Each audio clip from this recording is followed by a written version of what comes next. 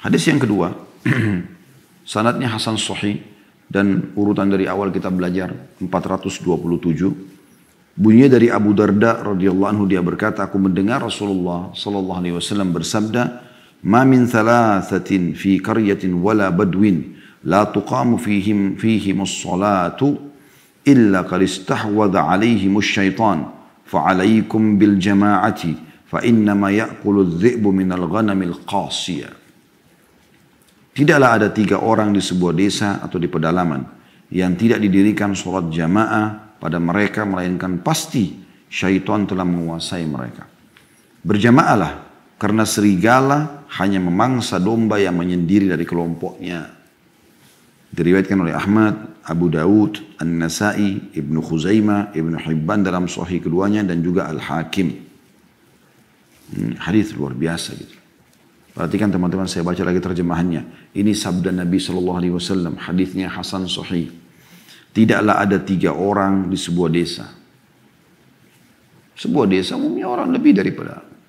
Zaman kita sekarang mungkin 100 orang, 50 orang, kalaupun dusun kecil ya. Tidaklah ada 3 orang di sebuah desa atau di pedalaman yang tidak didirikan sholat jamaah pada mereka, melainkan pasti syaitan telah menguasai mereka. Lalu Nabi SAW bilang, oleh karena itu, supaya selamat dari syaitan, berjamaahlah. Karena serigala, di sini gambaran kiasan tentang syaitan, hanya memangsa domba yang menyendiri dari kelompoknya. Berenungi baik-baik hati.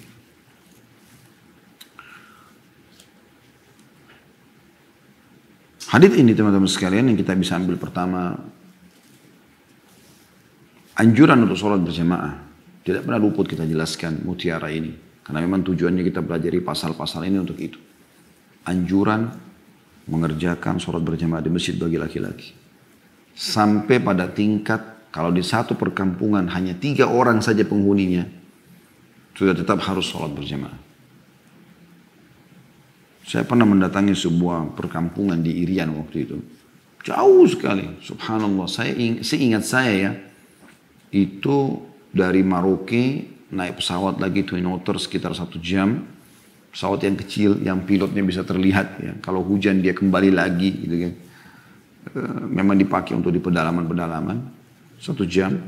Itu saya masuk di daerah, di Kabupaten Mapi, di desa Kepi namanya. Kemudian dari situ kami jalan lagi. Naik speedboat. Seingat saya waktu itu sekitar 6 jam atau 7 jam. Jauh di pedalaman masuk. Di tengah-tengah hutan. Rumah-rumah orang dari kayu-kayu ya. Ada muslimin di sana. Ada muslimin di sana. Dan subhanallah saya sempat berbicara dengan salah satu muslim di sana. Ternyata mereka nggak pernah kerjakan Jumat. Lalu kemudian apalagi berjamaah gitu. Apalagi ada yang sholat dihitung jari dan sholatnya masing-masing. Dengan alasan tidak ada masjid. Saya katakan, kan di sini umumnya orang memang rumah kayu. Kenapa Anda tidak buat masjid dari kayu? Berapa biayanya?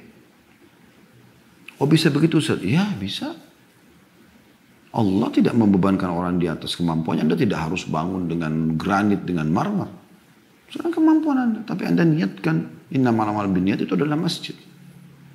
Rumah kita saja 100 meter misalnya.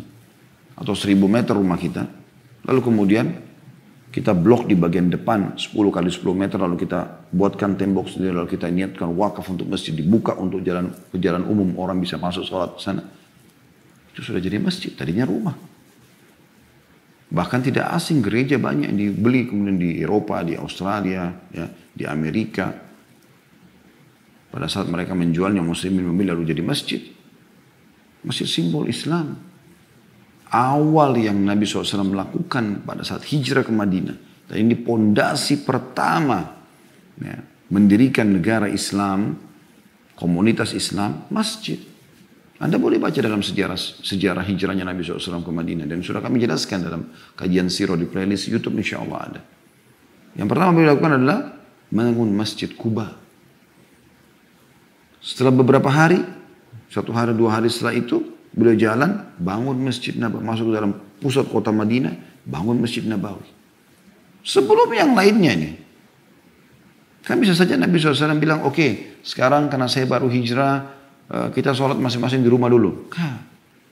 Bangun masjid langsung Nabi SAW terapkan bersama mereka sholat berjamaah. Karena di Mekah tidak bisa sholat berjamaah di masjid, maksudnya Masjidil Haram. Kalau di Darul Arkam Nabi SAW sholat dengan para sahabat. Tentu setelah adanya perintah 5 waktu sholat gitu kan. Sebelumnya baru sholat malam saja. Itu di tahun ke-11 Hijriah kurang lebih ya. Nabi SAW 13 tahun, 13 tahun ke-11 dari masa kenabian. Di fase Mekah 13 tahun masa kenabian ya. Kita tahu kejadian Isra Mi'raj terjadi di tahun ke-11 dari masa kenabian di Mekah. Maka itu yang Nabi SAW lakukan pertama. Lalu kemudian beliau menjalin ukhuwah antara pendatang muhajirin dengan ansar penduduk setempat, dipersaudarakan. Kalian adalah saudara, tidak ada lagi namanya kalian pendatang, kalian orang asing, kita ini pribumi, tidak ada lagi begitu. Tidak ada beda antara orang Arab dan orang Ajam kecuali dengan ketakwaan. Nabi SAW tanamkan tidak ada rasisme, ukhuwah, semua muslim sama, mereka seperti satu badan. Kalau sakit satu maka seluruh badan akan demam. Maka banyak sekali penjadian masalah itu, kemudian baru beliau membangun atau menjalin kesepakatan damai dengan orang-orang non-muslim yang ada di Madinah. Agar sama-sama membela Madinah tidak saling mengganggu dan seterusnya. Tapi masjid yang pertama Nabi SAW bangun. Maka sangat benar kalau ada ya, kota-kota seperti di Indonesia, Masya Allah sebagian kota memang pasti ada masjid jami', masjid raya. Ya. Ramai masjid-masjid dibangun sana sini, setiap orang mewakafkan, sangat bagus. Di sini teman-teman sekalian yang kita ambil pelajaran pertama adalah tentang wajibnya sholat berjamaah. Itu anjuran yang sangat ditekankan tentang sholat berjamaah. Terutama kalau sudah dalam satu perkampungan ada 3 orang. Kemudian yang kedua adalah bagaimana Nabi SAW membukakan kepada kita atau membeberkan kepada kita teman-teman sekalian. Bagaimana syaitan bisa menguasai manusia. Ternyata dengan meninggalkan sholat berjamaah. Orang itu lebih dikuasai oleh syaitan. Makna lainnya adalah mafhum mukhalafahnya. Maksudnya bisa difahami lawannya. Ya.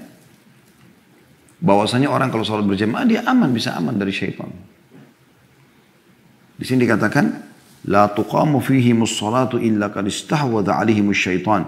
Apabila mereka tidak mendirikan sholat berjamaah, maka melainkan pasti syaitan telah menguasai mereka. Ya. Lebih mudah menjerumuskan mereka pada dosa-dosa. Ternyata ke masjid ini sholat ini luar biasa. Sampai untuk mengamankan orang-orang yang ke masjid dari syaitan, Nabi SAW menjanjikan dalam sabda beliau, kalau adzan dikumandangkan, syaitan melarikan diri dalam kondisi mengeluarkan angin, kentut dia. Ya. Sampai ke tempat yang tidak dengar lagi azan. Setelah selesai azan, dia kembali menggoda orang yang mau sholat saja. Yang tidak mau sholat sudah temannya syaitan. Tak perlu syaitan goda. Ada orang subhanallah memang sudah teman dekatnya syaitan. Azan gak penting buat dia. Syaitan tidak usah goda. Yang digoda orang beriman. Yang memang mau dekatkan diri kepada Allah subhanahu wa ta'ala. Kalau iqamah dikumandangkan, syaitan lari lagi. Selesai iqamah dia kembali lagi. Menggoda siapa? Menggoda orang yang sedang sholat. Kenapa yang sholat digoda? Kenapa Nabi SAW beberkan kepada kita ini? Karena memang dengan sholat itu, dia tidak bisa menguasai manusia itu. Pendekatan diri kepada Allah. Allah jadikan, inna sholata tanha anil fahsya'i wal munkar dalam firman Allah SWT. Allah jadikan sholat itu melarang dari perbuatan keji dan munkar. Anda habis sholat, Anda kayak punya tameng, kayak risih kalau mau buat dosa. Ada perasaan itu muncul. Anda tidak akan mau melakukan perbuatan munkar. Maka syaitan tidak bisa menguasai mereka. Lalu kenapa Anda tinggalkan sholat berjamaah? Lalu Nabi SAW mengatakan fa'alaikum. Lalu Nabi gabungkan di akhir hadis ini. Kedua tadi mutiara itu ya. Tentang anjuran sholat berjamaah. Dan bagaimana ya, selamat dari godaan syaitan. Kata Nabi SAW fa'alaikum bil jamaah. Oleh karena itu ini perintah. Kalian harus jaga berjamaah itu. Harus jaga. Ingat riwayat-riwayat yang sebelum kita pelajari. Kalau kalian tahu apa yang Allah janjikan pada azan dan sholat berjamaah. Atau saf pertama ya sholat berjamaah. Maka kalian akan mendatangi keduanya walaupun merangkak Riwayat lain merangkak di atas lutut.